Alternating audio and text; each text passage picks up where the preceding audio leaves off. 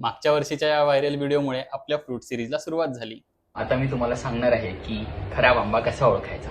हा बघा, हा दिसायला एवढा छान आंबा आहे, एकदम गोल गरगरीत। वाटतंय का हा हातून खराब असेल? नाही, पण हातून खराब आहे आंबा। मी कसं ओळखलं?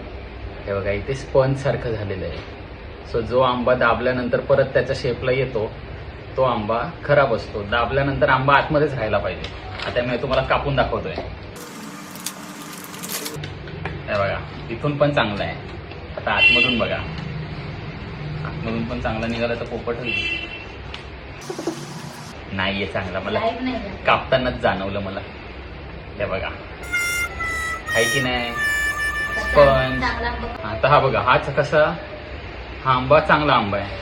हा दाबल्यावरती परत वर नाही येत बघा, त्याला होल झालं म्हणजे हा चांगला असणार आतमधून। हे बघा, हे बघा, आतून कसा चांगला आहे। आता अजून एक दाखवतो तुम्हाला। हा बघा, हा आंबा पण कसा दाबल्यानंतर स्पंज होतोय, परत वर येतोय। सो हा पण आंबा खराब असणार आहे आतमधून। हा माझा इतक्या वर्षांचा अनुभव आहे आंब्यांमधला। तुम्हाला पण हळूहळू कळत जाईल। आंबे दाबून बघत जा। मग तुम्ही म्हणाल मी कसा काय फसलो?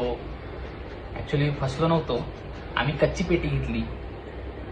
हे बघा, आतमधून खराब। आंबा घेताना काळजी घ्या, दाबून बघा। स्पंज सारखा परत वर आला तर तो खोटा, दाबून आतमध्ये राहिला तर तो खरा। Bye bye.